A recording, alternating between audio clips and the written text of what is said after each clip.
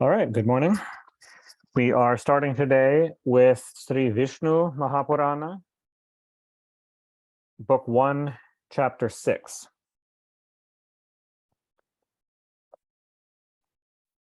Continuing with the dialogue between Maharishi Maitreya and his Guru Parashara. Maitreya said, "You have briefly noticed, illustrious sage, the creation termed Arvaksrotas, or that of humankind. Now explain to me more fully how Brahma accomplished it, how he created the 4 different varnas, what duties he assigned to the Brahmanas and the rest."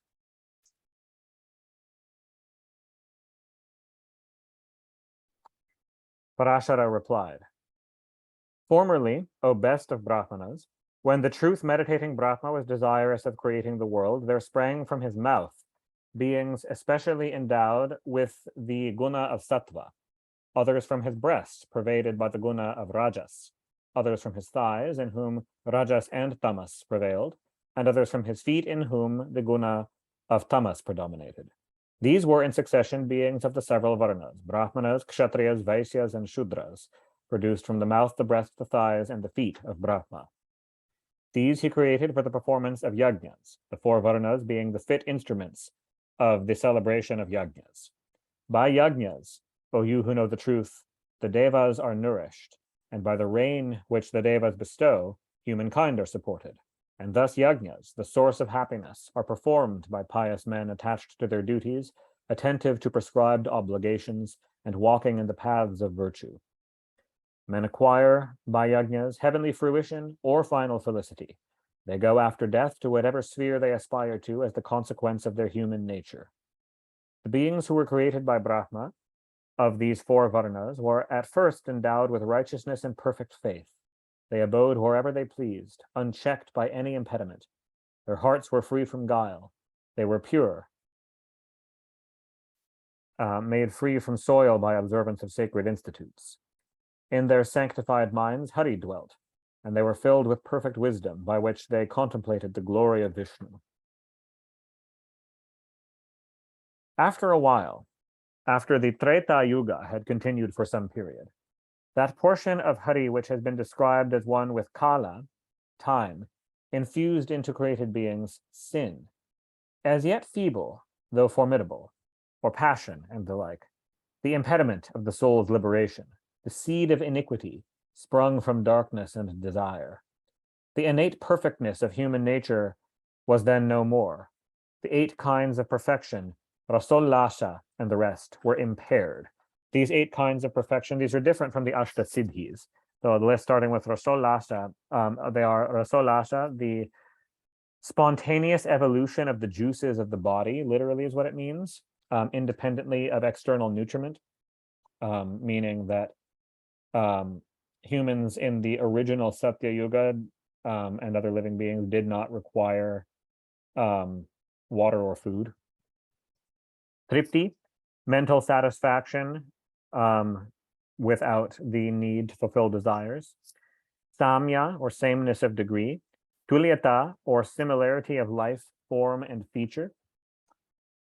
Visoka, exemption from infirmity and grief. Consummation of penance and meditation by attainment of true knowledge. The power of going everywhere at will, and the faculty of reposing at any time or in any place. So these traits, which originally humans naturally possessed, were impaired early in the first Treta Yuga of the Kalpa. And these being enfeebled and sin gaining strength, mortals were afflicted with pain arising from susceptibility to contrast, such as heat and cold and the like.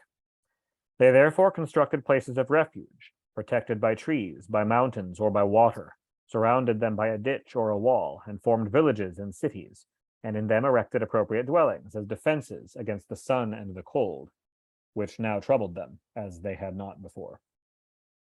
Having thus provided security against the weather, men next began to employ themselves in manual labor as a means of livelihood, since they now needed to eat. And they cultivated the 17 kinds of useful grain. rice, barley, wheat, millet, sesamum, panic grass, and various sorts of lentils, beans, and peas. And it does, in fact, give the list. Udara, a sort of grain with long stalks. Kodrava, chinika, masha, which are kidney beans. Mudga, masura, dal. Nishpava, which are pulses. Kulata, arhaki, chanakas, which are chickpeas, and sana. O sage, these are the kinds cultivated for domestic use, but there are an additional 14 kinds which may be offered in yajna. They are rice, barley, masha, wheat, millet, sesamum, prayangu is the 7th, and kulata, pulse, the 8th. The others are shyamaka, a sort of panic grass, nivara, which is uncultivated rice or wild rice, jartila, wild sesamum, gavedhuka, markata, wild panic grass, and venuyava, the bamboo. These, cultivated or wild, are the 14 grains that were produced for the purpose of offering in yajna. And yajna, the cause of rain, is their origin also. They again, with yajna, are the great cause of the perpetuation of the human race, as those understand who can discriminate the true cause and effect. Thence yajnas were offered daily, the performance of which, O best of Munis, is of essential service to humankind, and expiates the offenses of those by whom they are observed. Those, however, in whose hearts the dross of sin derived from kala, derived from time, was still more developed, assented not to yajnas, but reviled both them and all that resulted from them, the gods and the followers of the Vedas, those abusers of the Vedas, of evil disposition and conduct, and seceders from the path of enjoined duties, were plunged in wickedness. The means of subsistence having been provided for the beings he had created, Brahma prescribed laws suited to their station and faculties, the duties of the several varnas and orders, and the regions of those of the different varnas who were observant of their duties. Meaning the regions to which they go after death. Prajapatyaloka, also known as Pitriloka, is the region of devout Brahmanas. Indraloka, or Svargaloka, of Kshatriyas who fly not from the field of battle. Marutloka, or Divaloka, of the region of the wind gods, is assigned to the Vaishyas, who are diligent in their occupations and submissive. Shudras are elevated to the sphere of Gandharvaloka. Those Brahmanas who lead religious lives, especially so, saintly lives, one could say, go to Janaloka, the world of the 88,000 saints. And the world of the Saptarishis, Tapaloka, is the seat of pious anchorites and hermits.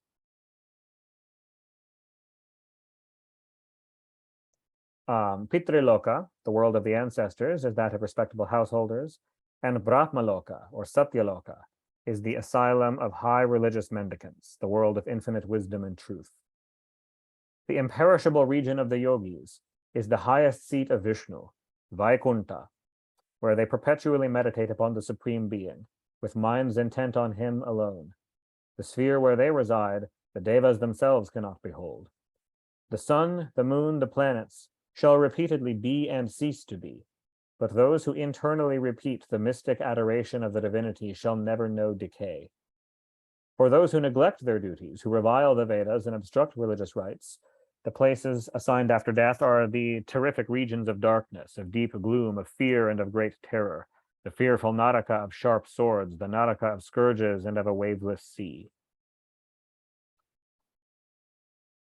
Chapter 7.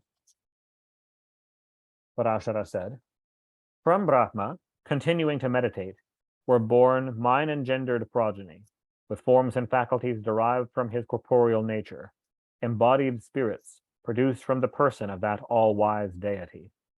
All these beings, from the gods to inanimate things, appeared as I have related to you, being the abode of the three gunas. But as they, the original ones, did not multiply themselves, Brahma created other mind-born sons like himself, namely Bhrigu, Pulastya, Pulaha, Kratu, Angiras, Marichi, Daksha, Atri, and Vasishta. These are the 9 Brahmas, or Brahma Rishis, celebrated in the Puranas. Sanandana and the other sons of Brahma were previously created by him, before these 9. But they were without desire or passion, inspired with holy wisdom, estranged from the universe and undesirous of progeny.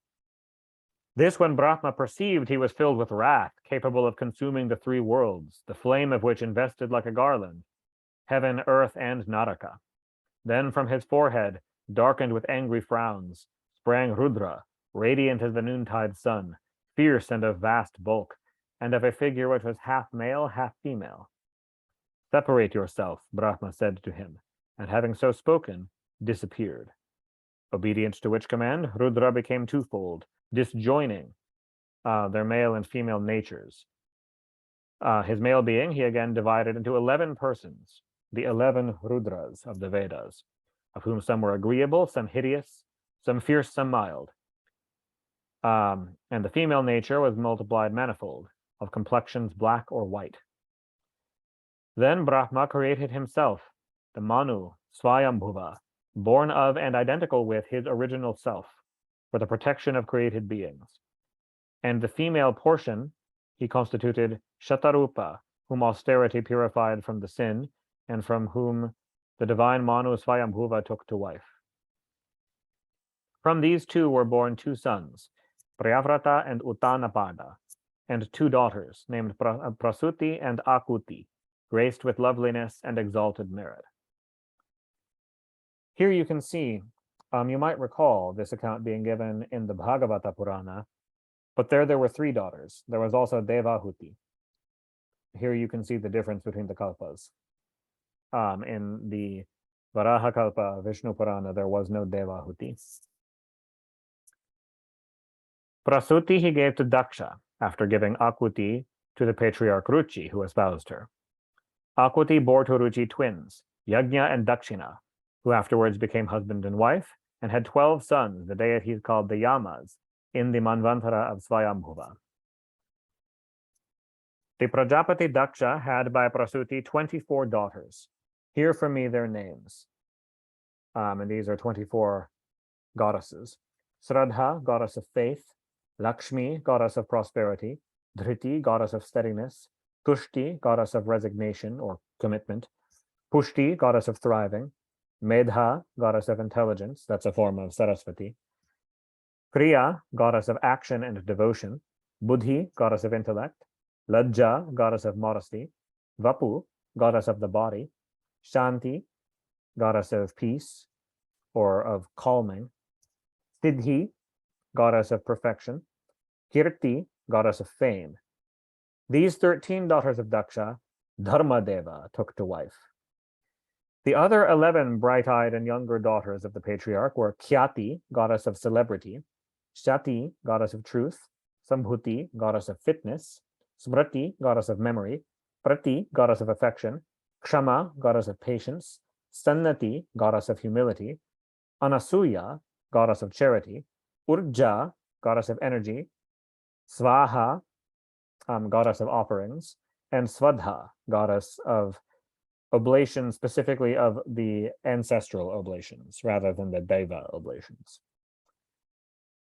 These maidens were respectively wedded to the Munis, Bhrigu, Bhava, Marichi, Angiras, Pulastya, Pulaha, Kratu, Atri, and Vasishta, to Vahni, another name of Agni Deva, who married Svaha, and to the Pitris. The progeny of Dharma by the daughters of Daksha were as follows.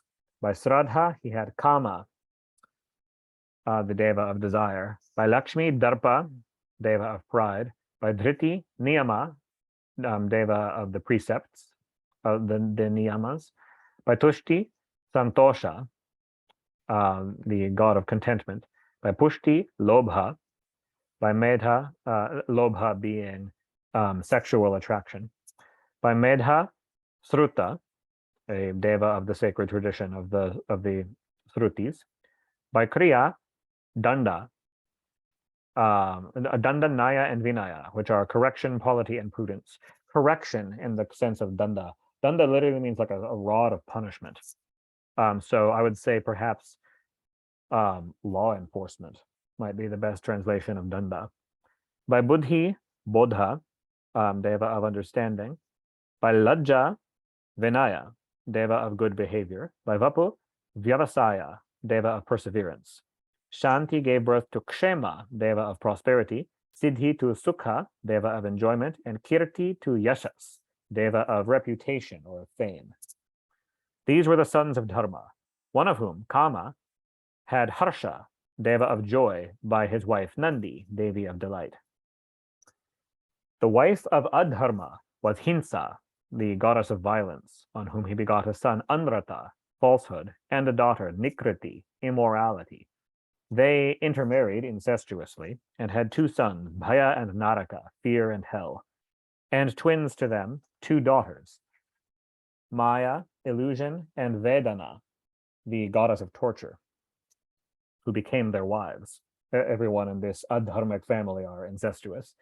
The sons of Bhaya and Maya was the destroyer of living creatures, or Mrityu, death, and Dukkha, pain, was the offspring of Naraka and Vedana, hell and torture.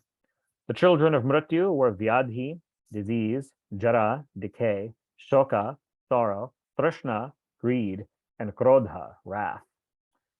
These are all called the inflictors of misery and are characterized as the progeny of Adharma. They are all without wives, without children, without the faculty to procreate.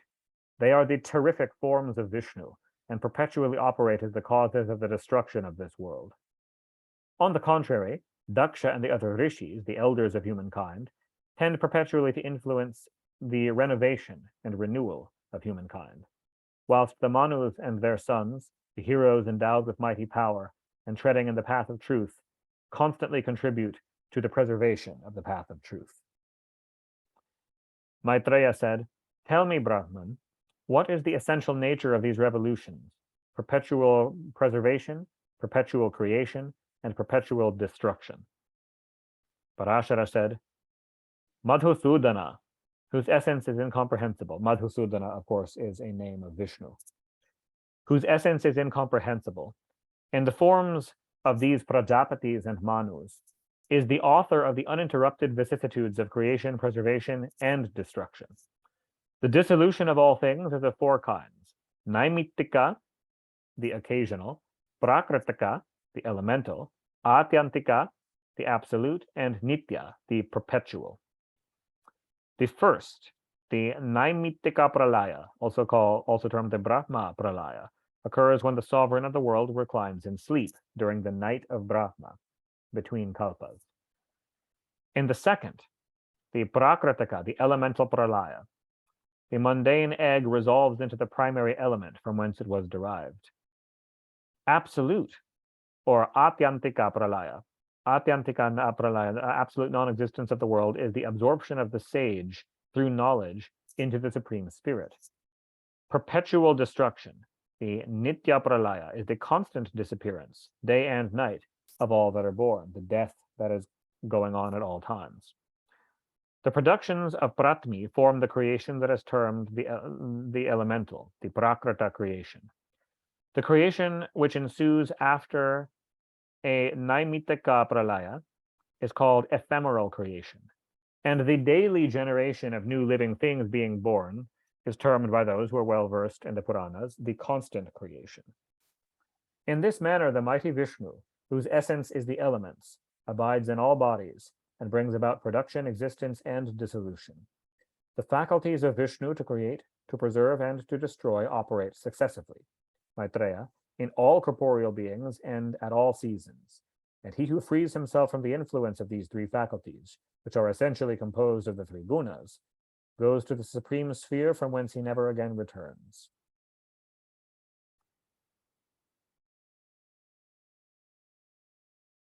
Chapter 8. Parashara said, "I have described to you, O great Muni, the creation of Brahma in which the guna of tamas prevailed. I will now explain to you the creation of Rudra. In the beginning of the Kalpa, as Brahma purposed to create a son who should be like himself, a youth of a purple complexion appeared, crying with a low cry and running about. Brahma, when he beheld him thus afflicted, said to him, "Why do you weep?" "Give me a name," replied the boy. Rudra be your name," rejoined the great father of all creatures. "Be composed, desist from tears." Rudra means the weeper.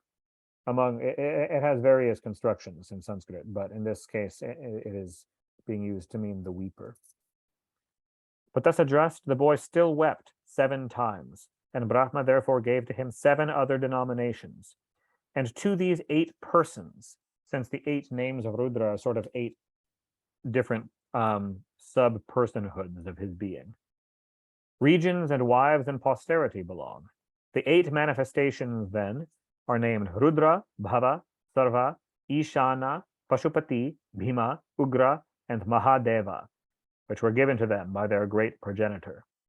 He also assigned to them their respective stations: the sun, water, ether, air, fire, earth, the ministrant Brahman, and the moon, for these are their several forms. The wives of the sun and the other manifestations termed Rudra and the rest were respectively Suvarchala, Uma, Vikeshi, Shiva, Svaha, Disha, Diksha, and Rohini. Now hear an account of their progeny, by whose successive generations this world has been peopled. Their sons then were severally Shanaishchara, Shani Deva, the Deva of the planet Saturn, son of the sun. Shukracharya, Deva of the planet Venus. The fiery-bodied Angaraka, Deva of Mars. Manojava, the mind-goer, which is the name of Hanuman.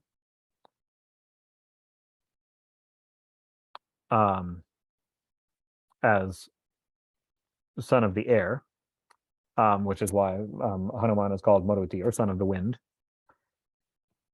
Skanda, Svarga, Santana, and Buddha.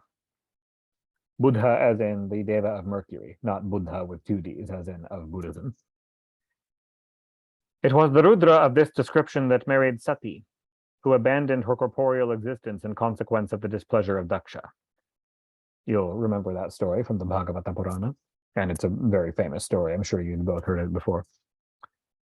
She afterwards was the daughter of Himavan, the Deva of the snowy mountains of the Himalayas, by Mena, his queen. And in that character, as the only Uma, the mighty Bhava again married her. The divinities Dhati and Vidhata were born to Bhrigu by Khyati, as was a daughter Shri, the wife of Narayana, the god of gods. Maitreya said, "It is commonly said that the goddess Shri was born from the sea of milk, when it was churned for Amritam. How then can you say that she was the daughter of Bhrigu by Khyati?" Parashara said, "Shri, the bride of Vishnu, the mother of the world, is eternal, imperishable. In like manner as he is all-pervading, so also is she, O best of Brahmanas, omnipresent. Vishnu is meaning, she is speech. Hari is polity, nyaya, she is niti, or prudence. Vishnu is understanding, she is intellect. He is righteousness, she is devotion. He is the creator, she is creation. Shri is the earth, Hari the support of it. The deity, Hari, is consent. The eternal Lakshmi is resignation. He is desire, Shri is wish. He is yajna, she is the dakshina. The goddess is the invocation which attends the oblation. Janardana is the oblation. In other words, Janardana is the offering. She is the cry of svaha made when the offering is made. Lakshmi is the chamber where the females are present. Madhusudana, the apartment of the males. Lakshmi is the altar. Hari the stake. Shri is the fuel. Hari the holy kusha grass. He is the personified Samaveda. The goddess, lotus-throned, is the tone of its chanting. Lakshmi is the prayer of oblation, the svaha. Vasudeva, the Lord of the world, is the yajna fire. Sauri, the name of Vishnu, is Shankara. Vishnu is Shiva. And Shri is Gauri, the bride of Shiva. Keshava, O Maitreya, is the sun, and his radiance is the lotus-eyed goddess. Vishnu is the tribe of progenitors, the Pitragana. Padma is their bride, Svadha, the eternal bestower of nutriment.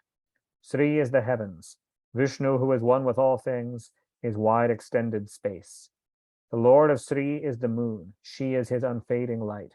She is called the moving principle of the world. He, the wind, which bloweth everywhere. Govinda is the ocean, Lakshmi its shore. Lakshmi is the consort, is Indrani, the consort of Indra. Madhusudana is Devendra. The holder of the discus, Vishnu, is Yama. The lotus-throned goddess is his dusky spouse, Dhumorna. Shri is wealth. Sridhara is himself, Kubera, the god of riches. O illustrious Brahman, Lakshmi is Gauri and Keshava is the deity of the ocean, Varuna. Shri is Devasena, the host of heaven, the goddess of war. Her lord Hari, the wielder of the mace, is resistance. The power to oppose is Sri Lakshmi. Lakshmi is the Kashta and the Kala, units of time. Hari, the Nimesha and the Muhurta, which are both shorter and longer times. So in other words, they're being interwoven as the various units of time. Lakshmi is light, and Hari, who is all and lord of all, the lamp. She, the mother of the world, is the creeping vine, and Vishnu, the tree round which she clings. She is the night. The god who is armed with mace and discus is the day. He, the bestower of blessings, is the bridegroom. The lotus-throned goddess is the bride. The god is one with all that is with all male rivers. The goddess is one with all female rivers. The lotus-eyed deity is the standard. The goddess seated on a lotus, the banner. Lakshmi is cupidity or sexual attraction. Narayana, the master of the world, is covetousness or desire. O you who know what righteousness is, Govinda is love, and Lakshmi, his gentle spouse, is pleasure. But why thus diffusely enumerate their presence? It is enough to say, in a word, that of gods, animals, and humans, Hari is all that is called male, Lakshmi is all that is termed female. There is nothing else than they.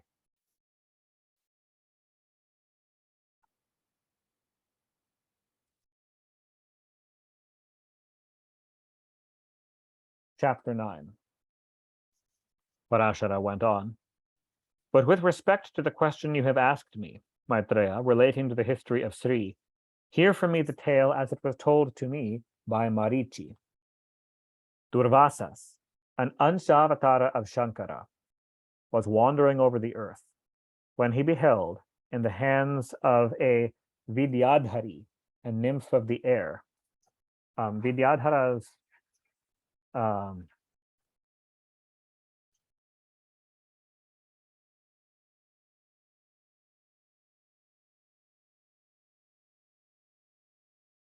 yes, so Vidyadharas are spirit beings tenanting the middle regions of the atmosphere, beings of Bhuvaraloka.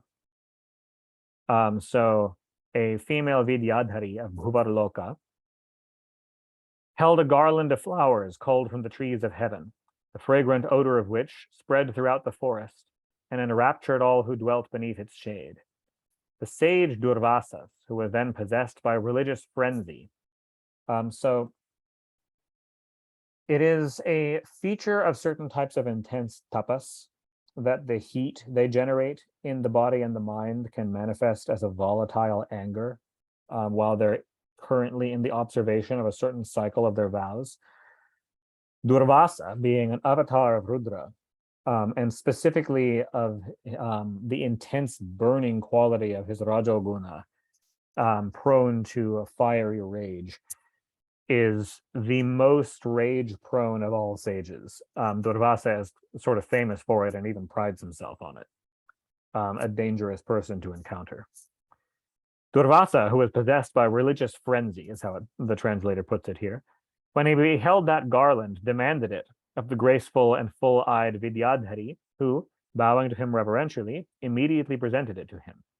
He, as one frantic or mad, placed the chaplet upon his brow, and thus decorated, resumed his path. When he beheld Indra, the husband of Shachi, the ruler of the three worlds, approach, seated on his elephant Airavata, and attended by the Devas. The frenzied sage, taking from his head the garland of flowers, amidst which the bees collected nectar, threw it to the Raja of the Devas, who caught it and suspended it on the brow of his elephant Airavata, where it shone like the river Jahnavi, glittering on the dark summit of the mountain Kailasa. The elephant, whose eyes were dim with inebriety and attracted by the smell, took hold of the garland with its trunk and cast it on the earth. That chief of sages, Durvasas, was highly incensed at this disrespectful treatment of his gift, and thus angrily addressed the sovereign of the immortals. Inflated with the intoxication of power, Vasava, vile of spirit, you are an idiot not to respect the garland I presented to you, which was the dwelling of Shri. You have not acknowledged it as a largesse, you have not bowed yourself before me, you have not placed the wreath upon your head, with your countenance expanding with delight. Now, fool, for that you have not infinitely prized the garland that I gave you, your sovereignty over the three worlds shall be subverted.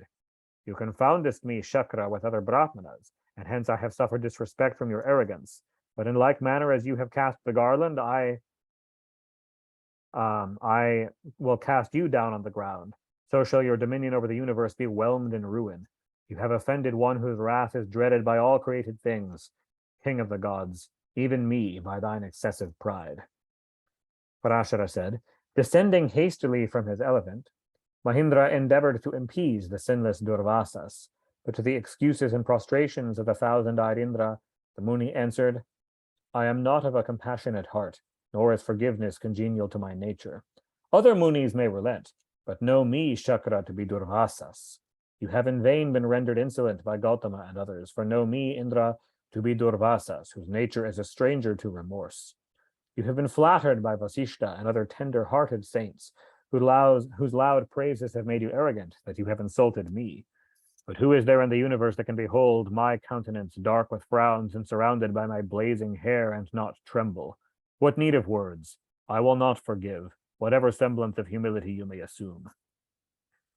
Parashara said, having thus spoken, the Brahman went his way, and the Raja of the Devas, remounting his elephant, returned to his capital city of Amaravati. Thenceforward, Maitreya, the three worlds and Shakra is another name of Indra, lost their vigor, and all vegetable products, plants, and herbs were withered and died. Yajnas were no longer offered. Devout exercises no longer practiced. Men were no more addicted to charity or any moral or religious obligation. All beings became devoid of steadiness. All the faculties of sense were obstructed by desire, and men's desires were excited by frivolous objects. Where there is energy, there is prosperity, and upon prosperity, energy depends. How can those abandoned by prosperity be possessed of energy, and without energy, where is excellence? Without excellence, there can be no vigor nor heroism amongst men. He who has neither courage nor strength will be spurned by all, and he who is universally created with disgrace must suffer abasement of his intellectual faculties. The three regions being thus wholly divested of prosperity and deprived of energy, the Danavas and Daityas, the enemies of the Devas, who were incapable of steadiness and agitated by ambition,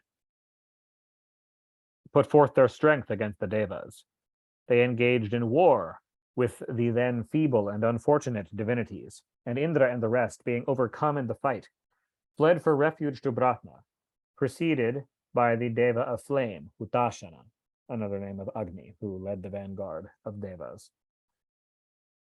When the great father of the universe, Brahma, had heard all that had come to pass, he said to the deities, prepare for protection to the god of high and low, the tamer of the demons, the causeless cause of creation, preservation, and destruction, the progenitor of the progenitors, the Prajapati of the Prajapatis, the immortal, unconquerable Vishnu, the cause of matter and spirit, of his unengendered products, the remover of the grief of all who humble themselves before him. He will give you aid.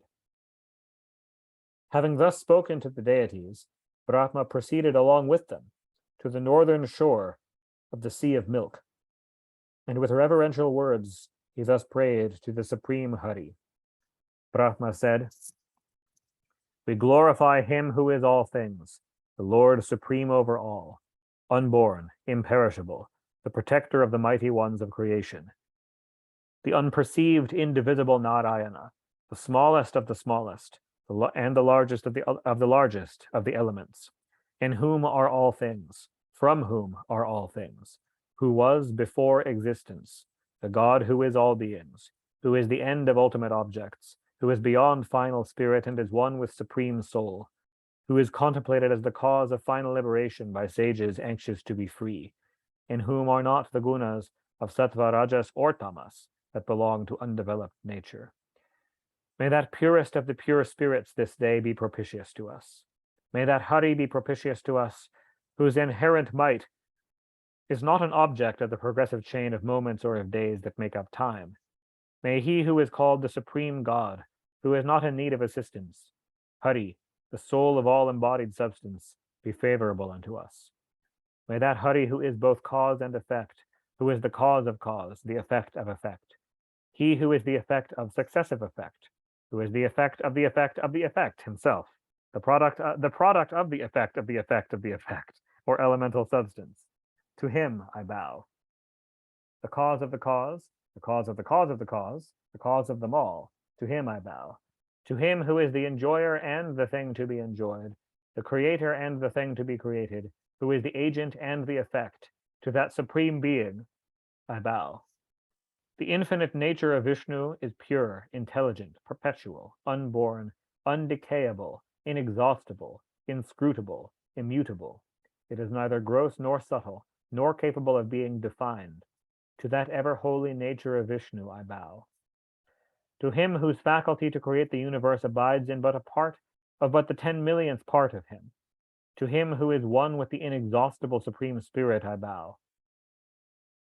And to the glorious nature of the Supreme Vishnu, which nor gods, nor sages, nor I, nor Shankara apprehend, that nature which the yogis, after incessant effort, effacing both moral merit and demerit, behold to be contemplated in the mystical monosyllable Om, the supreme glory of Vishnu, who is the first of all, of whom one only God, the triple energy is the same with Brahma, Vishnu, and Shiva.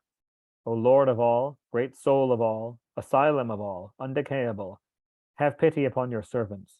O Vishnu, be manifest to us. Parashara continued. The Devas, having heard this prayer uttered by Brahma, bowed down and cried, be favorable to us, be present to our sight. We bow down to that glorious nature which the mighty Brahma does not know, that which is your nature, O imperishable, or Achyuta, in whom the universe abides. Then the Devas having ended, Brahaspati and the Devarishis thus prayed, we bow down to the being entitled to adoration, who is the first object of yajna, who was before the first of things, the creator of the world, the undefinable, O Lord of all that has been or is to be, imperishable type of yajna, or type as in archetype of yajna. Have pity upon your worshippers, appear to them prostrate before you. Here is Brahma, here is Trilochana with the Rudras, Pushan with the Adityas, and Agni with all the mighty luminaries. Here are the sons of Ashwini, the 2 Ashwini Kumaras, the Vasus and all the Maruts, the Sadhyas, the Vishvedevas, and Indra, the Raja of the Devas, all of whom bow lowly before you. All the tribes of the immortals, vanquished by the Asura host, have fled to you for succor. Parashara continued, thus prayed to, the supreme deity, the mighty holder of the conch and discus, showed himself to them, and beholding the Lord of gods, bearing a shell, a discus, and a mace, the assemblage of primeval form, and radiant with embodied light. Pitamaha and the other deities, Pitamaha literally is just Sanskrit for a grandfather, it's a name of Brahma. Their eyes moistened with rapture, first paid him homage by bowing down, and then thus addressed him. The Devas said, repeated salutation to you who are indefinable. You are Brahma, you are the wonder of the Pinaka bow, in other words, you are Shiva. You are Indra, you are fire, air, the god of waters, so Agni, Vayu, Varuna, Surya, Yama, the Vasus, the Maruts, the Sadhyas, the Vishvadevas. This assembly of divinities that now has come before you, you are. For the creator of the world, you are everywhere. You are the yajna, the prayer of oblation, the mystic syllable Om, the sovereign of all creatures. You are all that is to be known or to be unknown. O universal soul, the whole world consists of you. We, discomfited by the Daityas, have fled to you, O Vishnu, for refuge. Spirit of all, have compassion upon us. Defend us with your mighty power. There will be affliction, desire, trouble, and grief until your protection is obtained. But you are the remover of all sins. Do you then, O pure of spirit, show favor unto us who have fled to you. O Lord of all, protect us with your great power, in union with the goddess, who is your strength.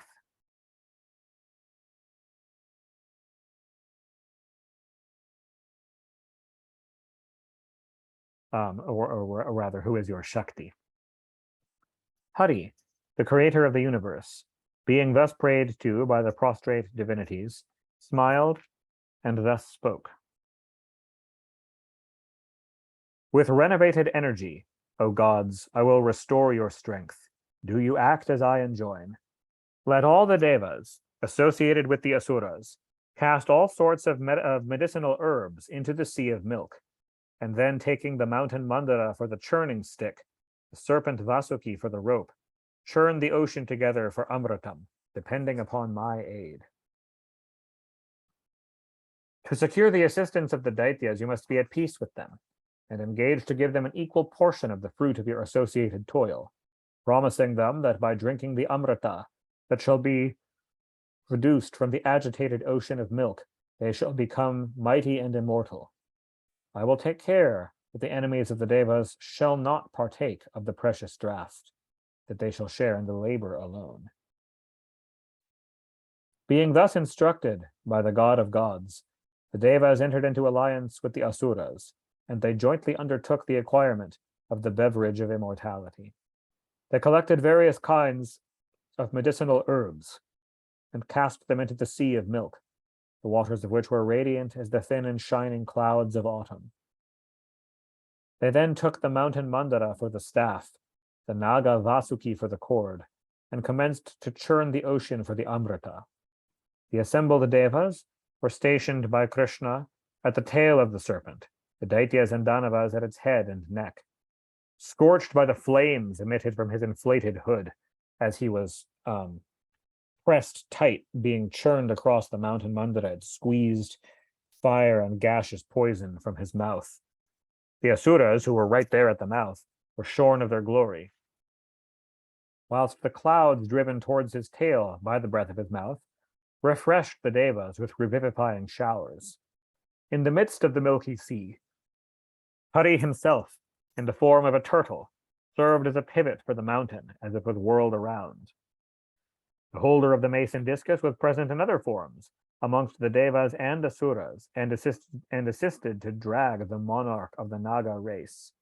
And in another vast body he sat upon the summit of the mountain. With one portion of his energy, unseen by Devas or Asuras, he sustained the Nagaraja, and with another he infused vigor into the Devas.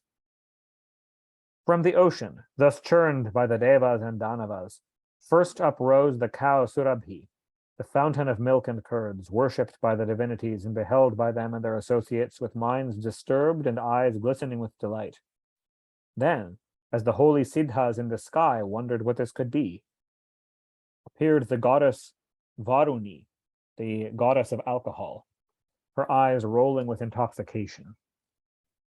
Next, from the whirlpool of the deep, sprang the celestial Parijata tree, the delight of the nymphs of heaven, perfuming the world with its blossoms. The troops of Apsaras, the nymphs of heaven, were then produced, of surprising loveliness, endowed with beauty and with taste. The cool-rayed moon next rose from the milky sea, and was seized by Mahadeva. And then poison was engendered from the sea, of which the Nagas took possession. Dhanvantari, robed in white, and bearing in his hand the cup of Amrita, next came forth, beholding which the sons of Diti and of Danu, as well as the Munis, were filled with satisfaction and delight. Then, seated on a full-blown lotus, and holding a water lily in her hand, the goddess Shri, radiant with beauty, rose from the waves. The great sages, enraptured, hymned her with the song dedicated to her praise. Vishvavasu and other heavenly quiristers sang, and Ghritachi and other celestial apsaras danced before her. Ganga and other holy streams attended for her ablutions, and the elephants of the skies, taking up their pure waters in vases of gold, poured them over the goddess, the queen of the universe. The sea of milk in person presented her with a wreath of never-fading flowers, and the artist of the devas, Vishvakarma, decorated her person with heavenly ornaments. Thus bathed, attired, and adorned, the goddess, in the view of the celestials, cast herself upon the breast of Hari, and there reclining, turned her eyes upon the deities, who were inspired with rapture by her gaze. Not so the Daityas, who, with Viprachiti at their head, were filled with indignation, as Vishnu turned away from them, and they were abandoned by the goddess of prosperity. The powerful and indignant Daityas then forcibly seized the Amrita cup that was in the hand of Dhanvantari, but Vishnu, assuming a female form, fascinated and deluded them, and recovering the Amrita from them, delivered it to the Devas. Shakra and the other Devas quaffed the Amritam. The incensed Asuras, grasping their weapons, fell upon them, but the Devas, into whom the ambrosial draught had infused new vigor, defeated and put the Asuras' host to flight, and they fled through the regions of space and plunged into the subterraneous realms of Patala. The Devas thereat greatly rejoiced, did homage to the holder of the discus and mace, and resumed their reign in heaven. The sun shone with renovated splendor, and again discharged his appointed tasks, and the celestial luminaries again circled, O best of Munis, in their respective orbits. Fire once more blazed aloft, beautiful in splendor, and the minds of all beings were animated by devotion. The three worlds again were rendered happy by prosperity, and Indra, the chief of the Devas, was restored to power. Seated upon his throne and once more in heaven, exercising sovereignty over the Devas, Shakra thus eulogized the goddess, who bears a lotus in her hand. Indra said, "I bow down to Shri, the mother of all beings, seated on her lotus throne, with eyes like full-blown lotuses, reclining on the breast of Vishnu. You are Siddhi, you are Svadha and Svaha, you are Suddha, the purifier of the universe. You are evening, night, and dawn. You are power, faith, intellect. You are Saraswati, the goddess of letters. You, beautiful goddess, are the knowledge of devotion, great knowledge, mystic knowledge, and spiritual knowledge, which confers eternal liberation. You are the science of reasoning, the three Vedas, the arts and sciences, which are the Vartas. Specifically, what that includes is the Shilpa Shastras, which are mechanics, sculpture, architecture, and Ayurveda. You are moral and political science. The world is peopled by you with pleasing or displeasing forms. Who else than you, O goddess, is seated on that person of the god of gods, the wielder of the mace, which is made up of pure yajna and contemplated by holy ascetics? Abandoned by you, the three worlds were on the brink of ruin, but they have been reanimated by you. From your propitious gaze, O mighty goddess, men obtain wives, children, dwellings, friends, harvests, wealth, health and strength, power, victory, happiness, are easy of attainment to those upon whom you smile. You are the mother of all beings, as the god of gods Hari is their father, and this world, whether animate or inanimate, is pervaded by you and Vishnu. O you who purify all things, forsake not our treasures, our granaries, our dwellings, our dependents, our persons, our wives. Abandon not our children, our friends, our lineage, our jewels, O you who abide on the bosom of the God of gods. They whom you desert are forsaken by truth, by purity and goodness, by every amiable and excellent quality, whilst the base and worthless upon whom you look favorably become immediately endowed with all excellent qualifications, with families and with power. He on whom your countenance is turned is honorable, amiable, prosperous, wise, and of exalted birth, a hero of irresistible prowess. But all his merits and his advantages are converted into worthlessness, from whom, beloved of Vishnu, mother of the world, you avert your face. The tongues of Brahma are unequal to celebrate your excellence. Be propitious to me, O goddess lotus-eyed, and never forsake me more. Parashara continued. Being thus praised, the gratified Shri abiding in all creatures and heard by all beings, replied to Shatakratu, the god of 100 rights. Shri said, I am pleased, monarch of the Devas, by thine adoration. Demand from me what you desire. I have come to fulfill your wishes. Indra replied, if, goddess, you will grant my prayers, if I am worthy of your bounty, be this my first request, that the 3 worlds may never again be deprived of your presence. My second supplication, daughter of ocean, is that you will not forsake him who shall celebrate your praises in the words I have addressed to you. I will not abandon, the goddess answered, the 3 worlds again. This, your first boon, is granted, for I am gratified by your praises. And further, I will never turn my face away from that mortal who morning and evening shall repeat the hymn with which you have addressed me. Parashara proceeded.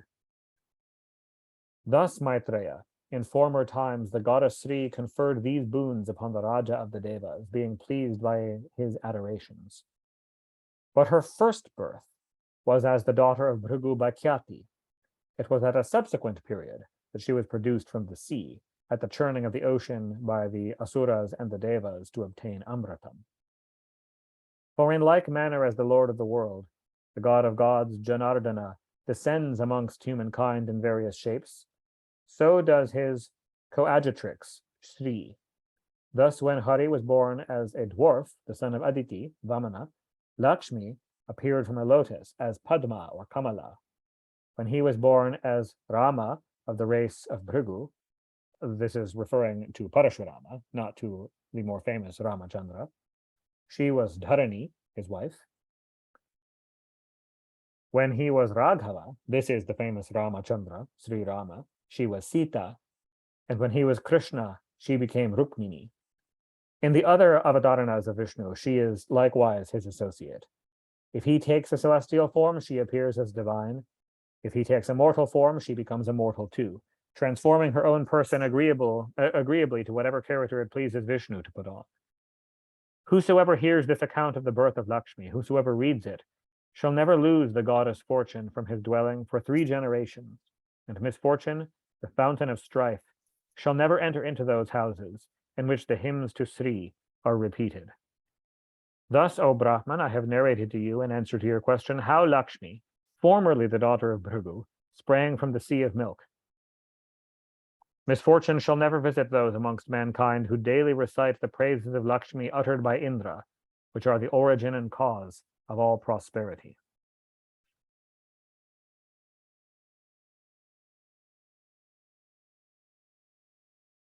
And I think that might be a good stopping point, because that finishes this devotional section to Lakshmi, and the next chapter gets into further genealogical histories, moving on with the generations down in the beginning of the first Manvantara. So we can probably start in with that next time.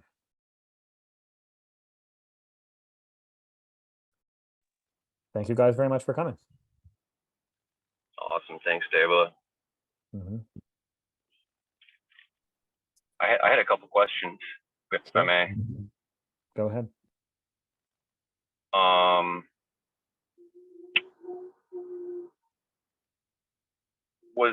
Was the comma that we referred to, the like the Kama Sutra comma, and his wife is Nandi?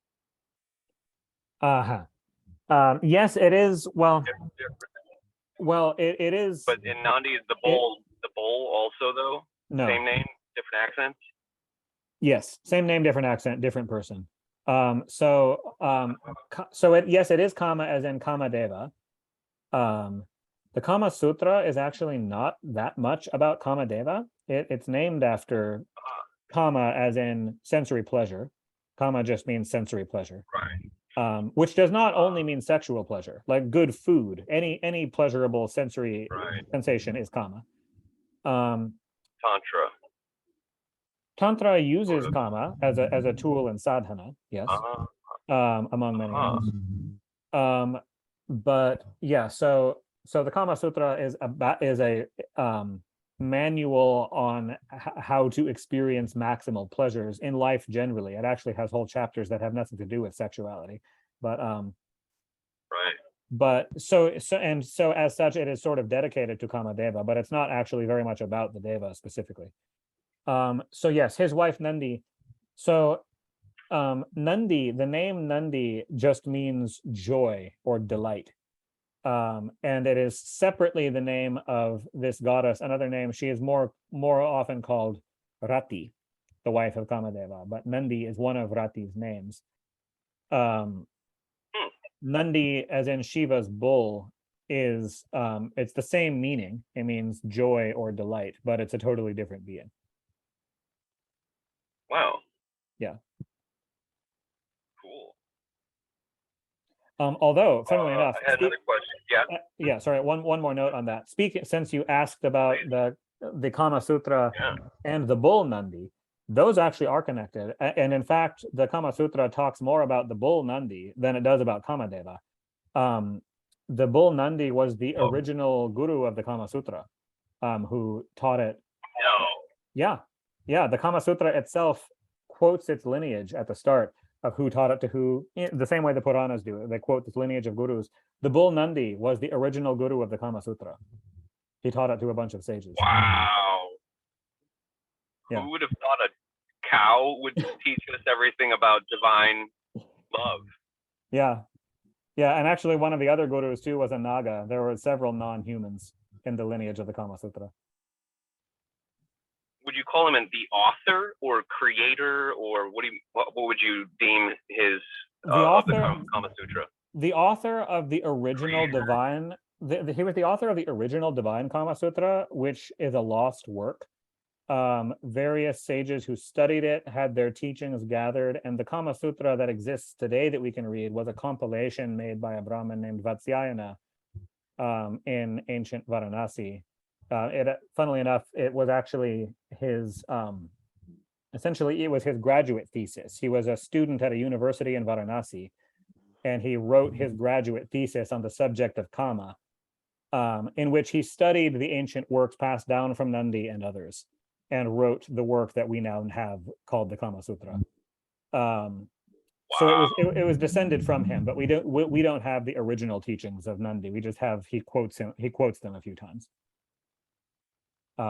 Yeah. Amazing. Yeah. I was gonna say maybe that should be our next book after we get done with the Quran. Not the Nandi version, but okay. We don't have it. It's lost. Oh wow. Yeah. So I had one other question, if I may. Sure. There was a reference to male and female rivers. Yeah. So rivers in the rivers have gender. There's, like, for example, famously the Ganga is a female river. Yamuna is a female river. These are goddesses, but there are male rivers as well, and male river gods. Is there a way to tell? Okay. Is there a way to tell? Like, I mean, sages going north or whatever, but no, it's not so mechanistically simple as that. It's like the local devotees who live near the river and who have met the deva of the river know whether it was a deva or a devi. Like, for example, the Sindhu River, which so it's mostly in Pakistan, but that's a male river. Its male deity is named Jhulelal, the god of that river. So yeah, some of them have male deities, some have female deities. I'm curious if there's ever been readings of such a sort in Western rivers, the Amazon, Mississippi. Absolutely, yes. Like that, yes, I've actually discussed sacred rivers like this. For example, speaking of the Mississippi, I had in college, I took a whole course for a semester in Native American spirituality, and the TA of that class, she was a Meskwaki woman of the Meskwaki people, Native Americans who live in Iowa. And she talked about the Mississippi River. She said that the Mississippi River, which she calls by another name, Mississippi is from a different Native American people, but the Mississippi River is her main goddess, so female. And she talked about how anytime she crosses over it, even if she's just in a car, there's a mental prayer that she makes to the river. And I actually talked about, like, devotion to the river Ganga in the Vedic tradition. versus in devotion to the river Mississippi in the Meskwaki tradition, and they were very, very similar. So yeah, there absolutely are such traditions with Western rivers. I don't know as much about the Amazon. I've never been down there or talked to native people from there, but for the Mississippi, for sure. Yeah. I've always there's more of like a feminine energy, but I guess I've never really associated them with a gender of yin or yang. Yeah, and again, it varies with rivers. There are, yeah, and yes, but again, it varies with rivers. There are in the Vedic tradition, there are male rivers as well. Incredible, yeah. Yeah. And one small last question, if I may. Yeah. Alcohol came from Kurma, and the Davies and the demons, Devas and demons, doing their penance to Vishnu. Yeah, but yeah. Why, well, yeah, the god of yeah. Why did it come from the same place Amrit came from? How is that possible? It's such an evil substance, you know. The Shastras do not consider it an evil substance. Varuni, the goddess of alcohol, is a holy goddess. There are the Shastras, even in the Puranas, there are praises of the virtues of alcohol. For example, in the I think it's in the Brahmanda Purana. No, it's in the Garuda Purana. In the Garuda Purana, there is a whole verse praising alcohol, and it warns about the misuse of alcohol, being that it obviously is poisonous if taken in excess and has all sorts of possible negative effects. But there's a whole verse in the Garuda Purana praising the correct usage of alcohol. Like in Ayurveda, alcohol is prescribed for medicinal uses as a preservative, and for sterilizing surgical instruments and sterilizing wounds, and taken in medicinal uses in certain doses. It absolutely has its place. It's not an innately evil substance. It's a substance which is particularly dangerous if used wrongly. But no, it's absolutely, it has a presiding deity and is seen as a correct, holy, naturally occurring substance that, if used rightly, can be profoundly beneficial. Good point. Yeah. Cool. Yeah. All right. Yeah. Thank you guys. Good questions. And yeah, thank you guys very much for coming. Thanks so much, Dave. I really appreciate this. Yep. Likewise. Jai Shri Hari. Jai Shri Hari.